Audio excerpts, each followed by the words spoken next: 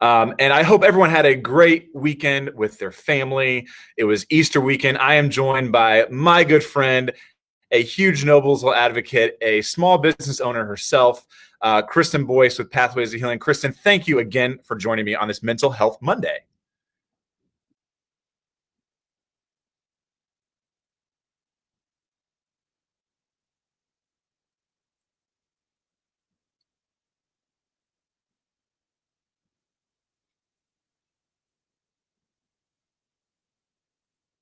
Yeah, well, I know we had quite a few people tune in. What was that? A little over a week ago when we did our first session on mental health, and you're actually the one who pitched the idea of doing kind of a regular mental health check-in, which I think is awesome. And so I appreciate your time, really. So just to we can kind of go over some of the things several days ago, but I know how you want us to start, because I always think about you when it comes to stressful moments in my life, because you are always reminding us to breathe. So why don't you take a second and go over that breathing exercise? And if you are listening today or watching on Facebook, we want you to join in. I don't care how goofy you think it looks. I'm going to get goofy with you here. So let's take a moment and breathe. Also, while you're thinking about it, make sure if you have some questions that you take a moment to type them into us. We'd love to answer some questions live here on Facebook, but let's breathe first. And Kristen, I'll pass it over to you to lead us in that exercise.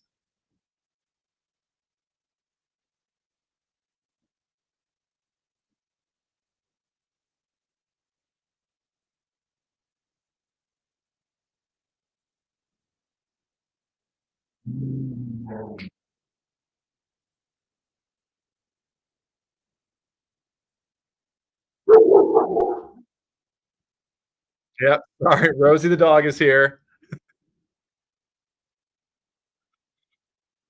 Yeah.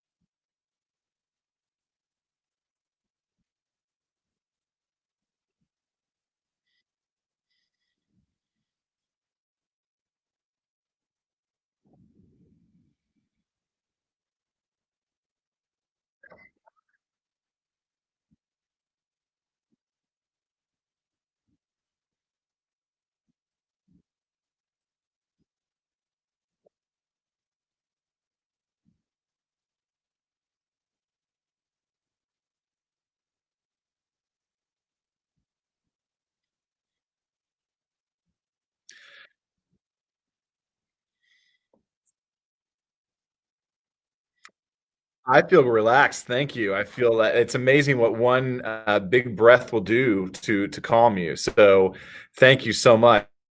It looks like we're having maybe some audio issues on Kristen's side based on some of our concerns there. Hopefully folks can hear me. But Kristen, thank you for walking us through some of that exercise there. Let's talk a little bit. So it's a little bit of a gray Monday. We had an awesome weekend of Easter. There may be some folks, we kind of were hyped up a little bit to celebrate Easter in our own way for those that celebrate this weekend. And then today we get to a Monday. It's kind of gloomy outside. Can you talk a little bit about? There's Kristen's back with us. Welcome. There we go. That was interesting. Do we need? There we go. She's back. Again? Modern technology. Here we go. So let's talk a little bit about how it's a gray Monday outside. How can some folks process? There's still at least another week of hunker down Hoosiers that Governor Holcomb's laid out. So we're kind of gearing up for some e-learning is back in session starting tomorrow. So give us some top 5 or 2 or 3 tips maybe to help us get through this gray Monday. Yeah, and let's first acknowledge what you're feeling. So the first thing I want to do is acknowledge what you're feeling, because if we don't do that, you're going to feel disconnected. You're going to be reactive. You're going to feel stressed and anxious. So number one is breathe. If you missed the breathing, you didn't hear me.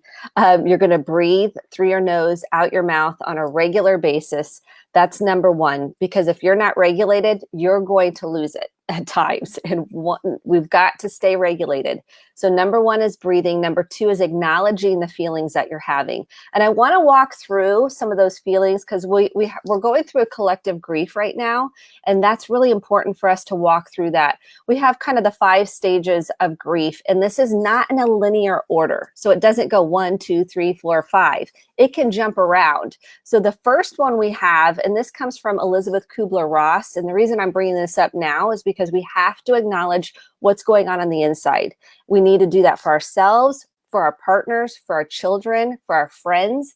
If we don't do this, we are going to stay stuck. You're going to hyperfixate. You're going to feel like you're looping. You're going to feel trapped. So the first thing is we got to acknowledge denial. So sometimes we're going to want to go, oh, this isn't a big deal. This will pass.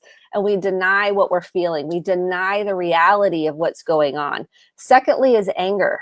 It's natural to feel angry that we can't do what we normally do. We're kind of frustrated. We can't go out and be with our friends or our family, even on Easter. So that we've got to acknowledge the anger that's associated with this. Bargaining. We want things to be different. So we're like, if we just do this, if I just go out for a little bit, it'll be okay.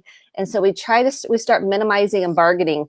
Depression. We're seeing a lot of depression right now, and we have to connect to the sadness that we feel right now. If we don't connect to the sadness, you're going to feel hopeless and helpless. It's important to acknowledge those feelings. Acceptance. Acceptance is when we go, okay, this is the reality. This is kind of where some people are right now. We flip between all of these. Right now, we're trying to accept the new reality of where we are. And when we do that, we can move through those emotions and get to the other side. And then the last new step is finding meaning. We're not there yet. It's hard to find the meaning in what's happening. So people want to jump to that. Well, I'm not finding the meaning. That's because a lot of times we're not in the meaning. So we have to acknowledge the feelings. The third thing is moving some, where we really kind of feel like we can get stuck. So moving, if you're doing some yoga at home, if you take a walk outside, I know we need a social distance, and you can still keep your 6 feet, movement is really important right now to move those emotions up and out of the body. So I recommend moving. Journaling. I know it sounds cliche, and I'm like, journal. Nobody wants to journal. I'm like, and it helps you process. This is my journal. I am enough. And I keep it with me and write it out to get it out. We have to write it out to get it out. We have to be processing what's happening. Otherwise, we're going to be numbing with alcohol, Netflix. I'm saying a little bit, but not, we're going to an extreme sometimes. And we want to shut down and move away from what's really going on. So we want to get away from the numbing. We want to get into the feelings, and movement is really important with that. And the last thing is connection. We need to be connecting on FaceTime, Zoom. The Zoom calls are abound. Google Hangout. There's a lot of ways to do that. Seeing people's faces right now is really important. Hearing voices is very comforting to people. People that you miss, reach out to them, FaceTime them, connect with them. We're missing connection, and this is another recommendation I have. That's awesome. So one of the things I really take away from that, Kristen, is to acknowledge each step in the process. I think I admitted last time we were together that I tend to rush to the end result. I'm a fixer. I'm a instant gratification type person, which is a struggle in government. Side note, but I will say, so it sounds like you're saying we need to acknowledge each one of those steps in the grieving process, not try to rush to the very end. Correct. If we don't do that, you will be stuck. You will not feel like you're able to see the other side. You won't be able to move through it to get to the meaning. And in order to get to the meaning, you have to connect to the emotions. And people are like, there is neuroscience based in connecting to those feelings, feeling them, releasing them. And when people want to go, be productive, go, we can't do that. If we're in grief, productivity. I don't feel motivated. I feel stuck. I feel sad. In order to get, that's why I want to kind of make that go away, because it's creating shame for people. It's creating, I'm not doing it right. I'm doing something wrong. Why don't I feel like, well, look, they got the perfect yard. They were out there all weekend getting their yard all perfect, and I've done Mhm. nothing. I want to go, it's okay. Nobody, there's not a manual for this. We've never done this, in at least in our lifetime. And so what we Yeah. have to acknowledge is there's feelings associated with this. And one of the things that really struck me was on the topic of connecting. One thing that I do on a daily basis is try to make a list of 4 or 5 individuals that I haven't spoken to in a long time. Maybe they're in a high risk category during this time, to just call and check in. And I know I had some friends' parents that live down the street that I just picked up the phone a few weeks ago and called. And that has been a really fulfilling time for me, because it's allowed me a few extra minutes to connect with those that I haven't talked to in a long time. And and I think I sometimes might not think that's important, but the impact I had on those people that I made a phone call to was instrumental to their day. So I think, again, thinking about what you can do for others during this time will also give you some purpose during this time. For sure. There's nothing more powerful than opening your heart up and saying, I see you. Hey, how are you doing? And doing a check-in. That's the one thing, as we're all sharing this experience together. And when we check in with each other and tell the truth about how we're really doing, and then we can acknowledge that, that is so healing and so helpful for you and the other person. So I love that you're doing that. Yeah, awesome. All right. Well, I want to remind any viewers to take a moment, say hi to us if you like, write a question. I know we have Mickey with Gingers, I'm a huge Gingers fan, is on. Dan, Patrick Probst, Mark Boyce, I've heard of him before. He's listening. Robin, Noble Coffee and Tea, all those guys, Mr. Laird, Kevin Callstead, thank you guys for chiming in and joining us today. Again, I'm here with Kristen Boyce, having a Mental Health Monday here in the city of Noblesville, checking in on our citizens, on our friends, on our family, make sure we're focused on the positive during a really, really difficult time for so many. So let's transition for a second, Kristen. I want to talk about 2 different groups of people. One being kids. We are going in tomorrow, going back to e-learning. I know my 9-year-old is just thrilled, not really, about this. So as kids gear up for it, there's a lot of pressure on them. There's a ton of pressure on parents who are maybe working from home, trying to do their job, but also try to teach a topic that they haven't learned. Whoever came up with this simple math, whatever, all this stuff that we're trying to teach our kids to move the curriculum along. What advice do you have for kids and parents dealing with e-learning this week? Yeah. And I want to acknowledge those teachers out there that are working so hard, because they put in blood, sweat, and tears trying to transition to online platform, and all the administrators. So thank you for the hard work you're doing. I want to acknowledge that. And I want to acknowledge the parents and the grandparents that are spending their time trying to help their younger ones. The first thing I'm going to go back to is stay regulated, because if you're not regulated and you lose it, the high centers of the brain are going to go offline. So they're going to go into, if you go into fight, flight, or freeze and anxiety and frustration, which is normal, you're going to get frustrated. Acknowledge that. If you do, your child is immediately going to go to that brain stem, that fight, flight, or freeze, and no longer be able to process what they're trying to process in order to learn. So the first thing is, you got to stay regulated. And I know it's hard, and that's through the breath. And it's through so if our inner child wants to come out and have a fit and like, which is easy to do as parents, then what's going to happen is you're modeling what it looks like to not be able to calm yourself down and regulate and learn through it.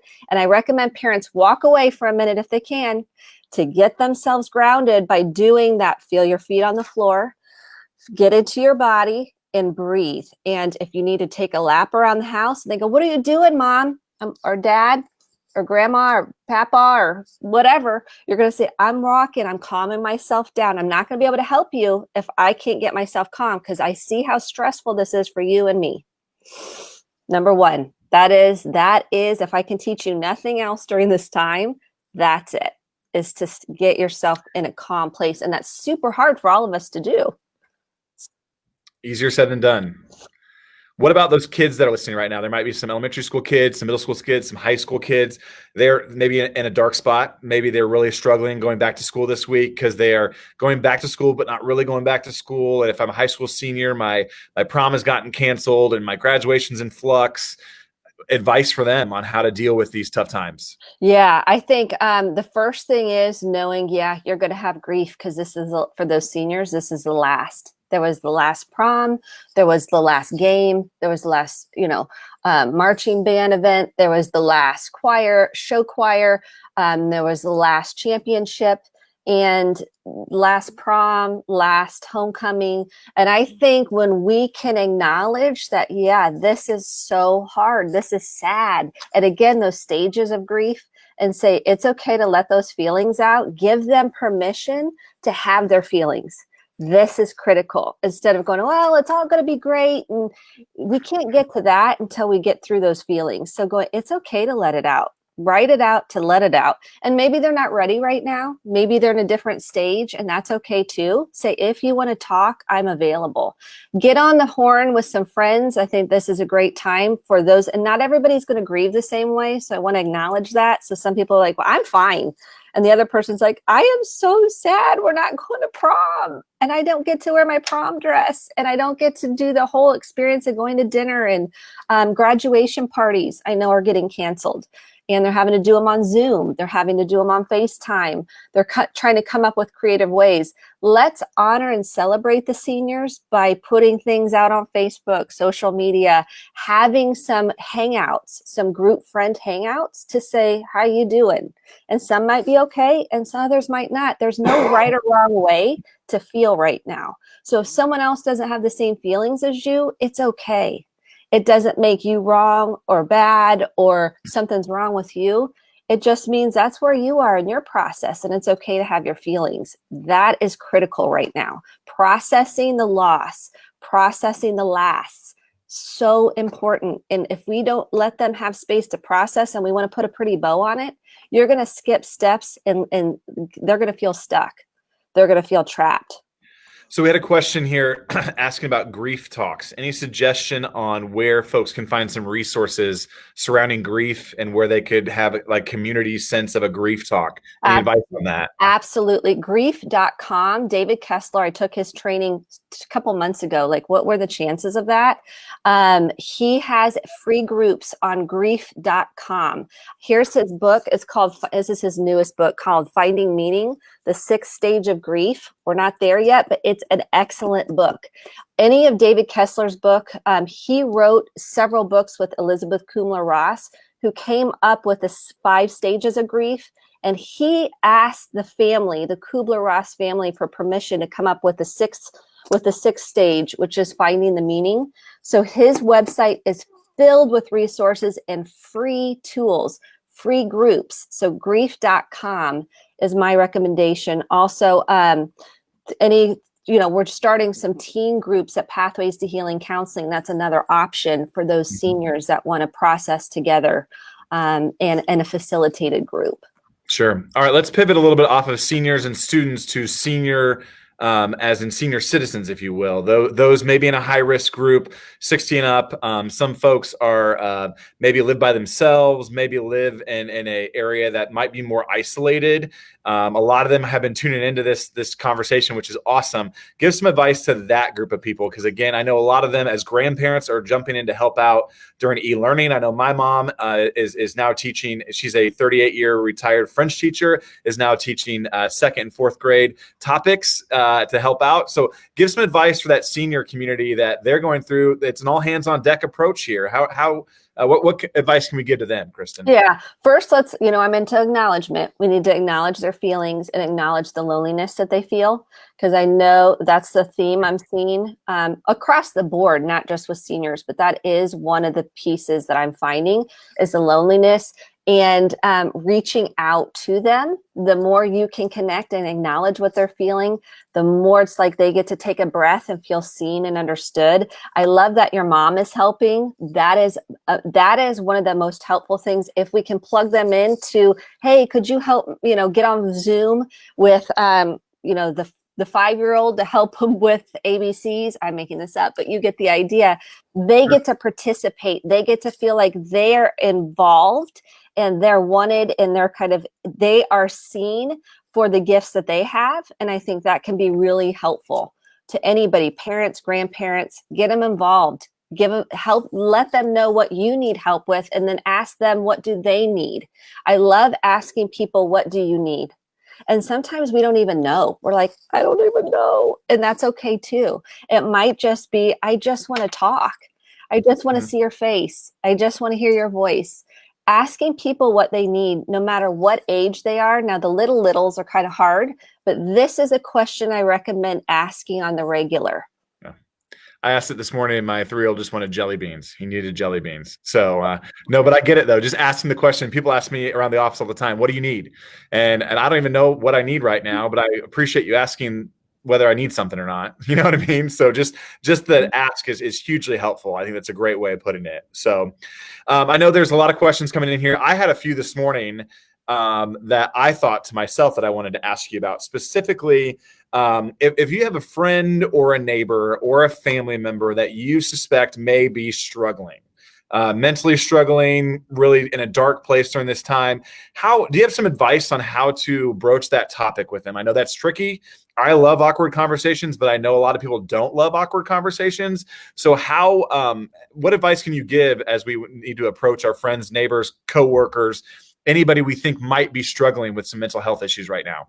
That's a great question because a lot of people are. First is asking one, how are you doing? And they could give you an answer that's, I'm I'm fine. fine. I'm fine. Yeah, and I go, no, how really are you doing? It's okay to tell the truth. It's okay to have your feelings right now. I know this is hard, and it's normal for you to have these feelings because we have a lot of shame in how we feel like I'm defective. I shouldn't feel this way. It's not that bad.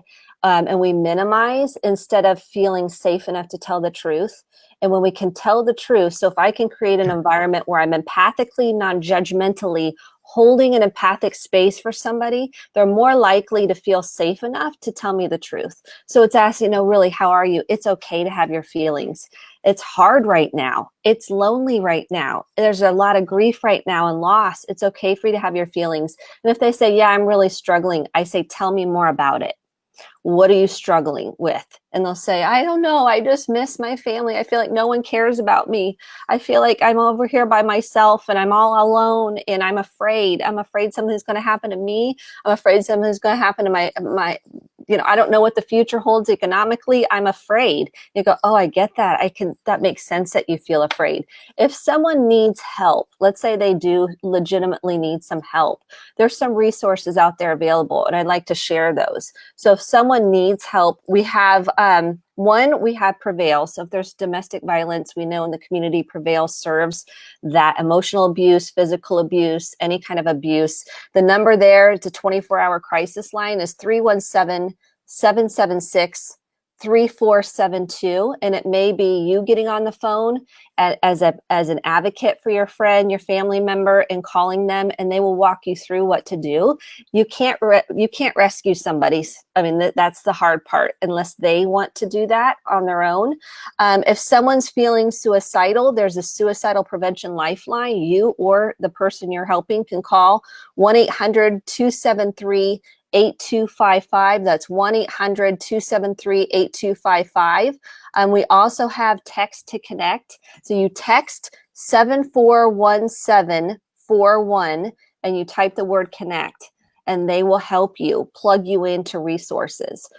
Community North is also open. So if you need to go inpatient, if someone's definitely suicidal, and then you can do a wellness check. You can call 911 by doing a wellness check. If someone says, if there's someone is suicidal, you need to ask the question, are you suicidal? They may or may not tell you the truth.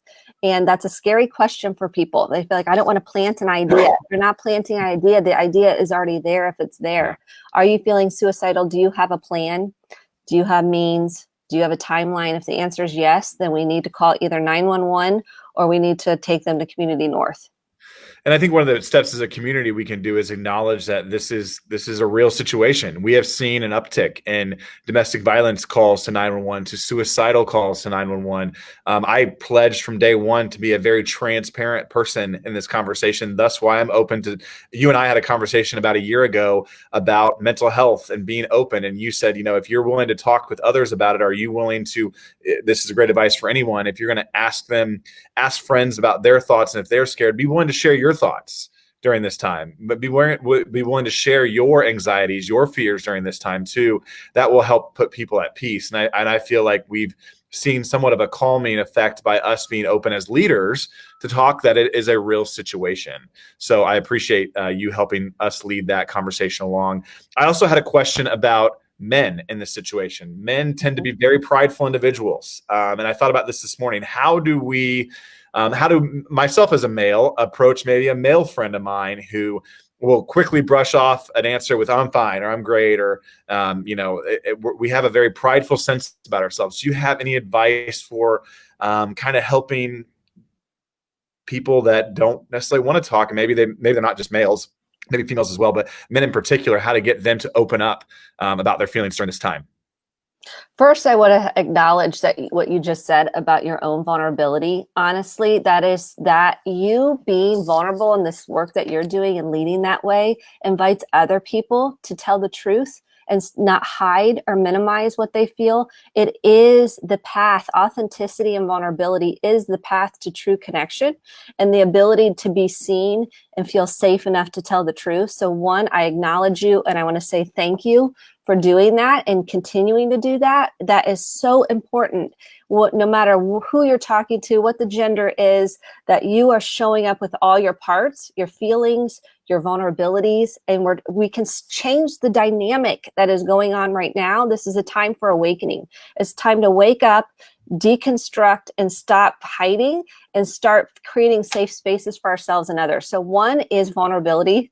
And two is acknowledging some of the defenses that we've all learned. And I think men in particular have this pressure to take care of, to fix, to make it all better. And when we can say, hey, I see you, I'm in it too.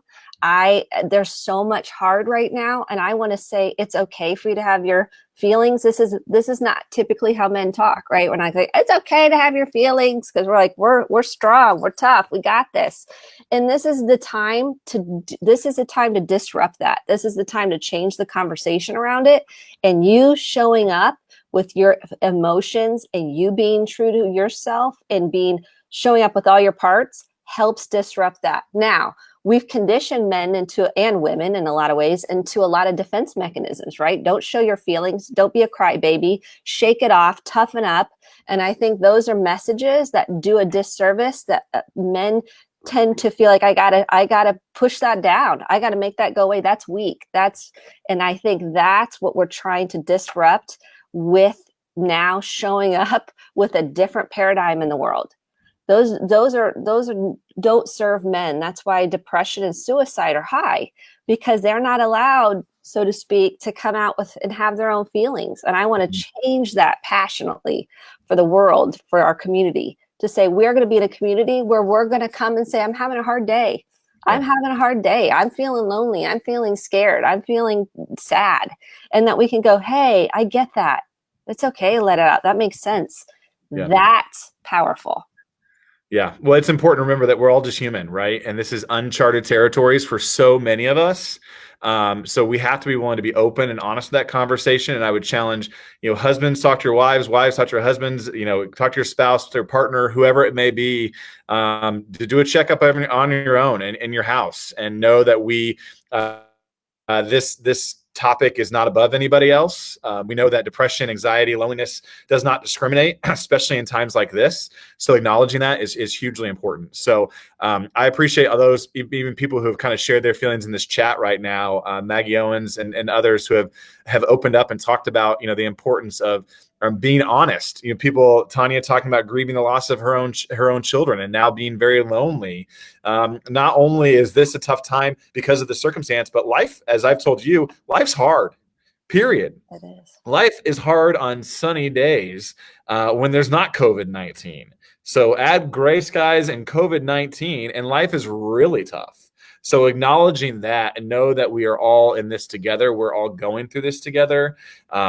It's it's a very difficult time. So I thank you so much for joining me today, Kristen. These are incredibly great topics to talk about. Do you have any parting thoughts before we Yeah, I close do. out? A couple of things. I want to acknowledge everyone's pain and being vulnerable to share it on the chat. I didn't get the chance to look at all those, but I want to thank you for your vulnerability and being real, and not because we feel like, well, I don't want to be a burden. I don't want to come across as XYZ. And when we say, you know what, I am, somebody else is going to come on and go, oh, thank you for sharing that. That felt really helpful. So thank you for your vulnerability and sharing. A couple of things I want to give as parting ways. One is I want to give you the permission to have your feelings, the permission to let it out, and the permission to say it's okay and process through it. Breathe. We talked about journaling. We talked about connecting with friends. I really want to equip you on ways to handle this, because that's what we're not talking about right now. And so that's hopefully every Monday we'll come on and we will give you some ways, some coping strategies, and have real conversations to say this is hard, and we're going to acknowledge it. We're going to process it, and we're going to be in this community together. We're going to do vulnerability, and we're going to get through this together. And I do mean that. We will. If you need help, reach out. I know there's wonderful therapists right now that are doing telehealth, teletherapy. Pathways does it. There's tons of wonderful therapists in the community. Reach out. Don't be shy. This is the time to say you do matter. You are important. You are worth it.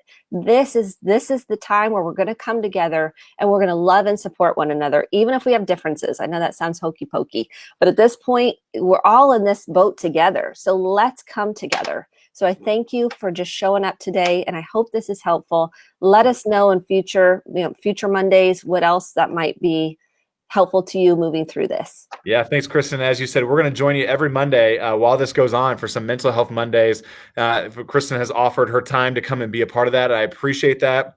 I appreciate everyone who joined us. I know people joined us not only from Noblesville, but I see a friend of mine from Texas who jumped on today too, which I'm so glad and appreciate all those who opened up and shared their feelings. Please know from Noblesville City Hall, your health and safety is our number one priority.